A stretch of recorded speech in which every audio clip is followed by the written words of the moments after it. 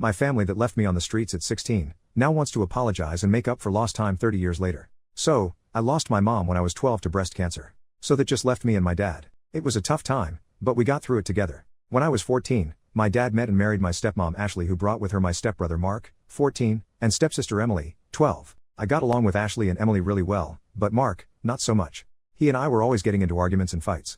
I was always told by my dad to give Mark a break because he's been the man of his house for a while. So this is all new. Like somehow it wasn't new to me? Anyways, when I was 15, I met a girl at school named Lisa and we started dating.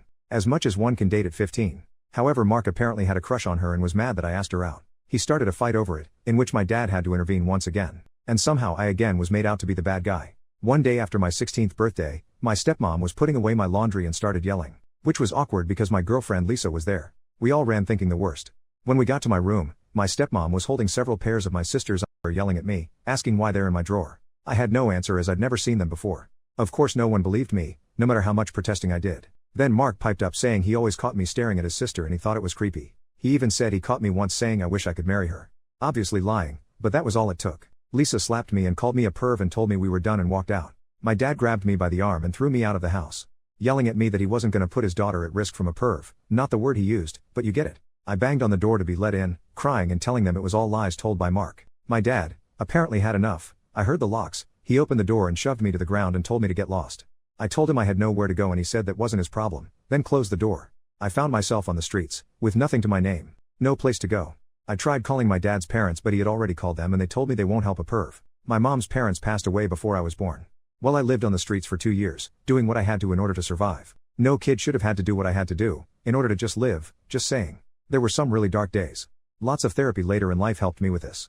Shortly after I turned 18, I found a job working at a boxing gym, states away from where I began this horrible journey. I worked there for years. Learned the sport, never gonna beat Mike Tyson, but was good at the sport, which helped me with my hate and anger. Then one day I met a new girl, a 20 female, at the cafe down the street from the gym. At this point I was 35, I know, huge age gap, but we just clicked. I don't believe in fate, or soulmates or anything like that, but if there is such a thing, we had it. I don't know how else to put it. We dated for 2 years and then got married. Her dad was an electrician and hired me on afterwards. I think mostly to know I would be able to support his daughter and know I was doing right by her, but also in case he needed to keep me in check. He never said this, but as a dad, I get it now. Well, 15 years later we are still together with 4 beautiful daughters. I just passed my master's license as an electrician. Thanks to my wife for pushing me to get my GED. She has been my rock, my cheerleader, my overall support through all of this and I can't tell her enough how much she changed my life and how much I love her. Anyways, sorry for the tangent. So just this last weekend, I received an email from my stepsister. Not sure how she got my email address, but I know it isn't hard via the internet, not like I've been hiding. Mind you, I'm now pushing 50, so it's been 30 plus years since I've heard from any of them. It was a long email. Not gonna give you all of it, but the meat of it is, they now know what really happened. Mark I guess was busy drinking with his buddies on Friday and somehow my name was mentioned. Mark I guess started bragging how he set me up and took my girl. Yup, Mark and Lisa got together and got married, all those years ago.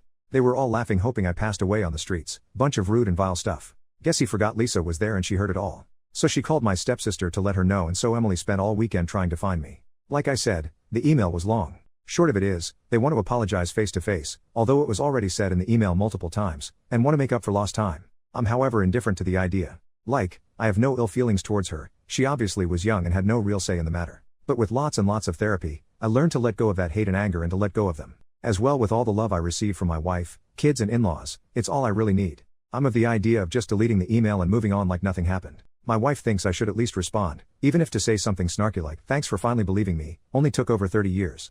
Did I mention my wife has a mean/petty streak to her? Lol. She's awesome. Guess I'm not asking for advice, just wanted to share my story.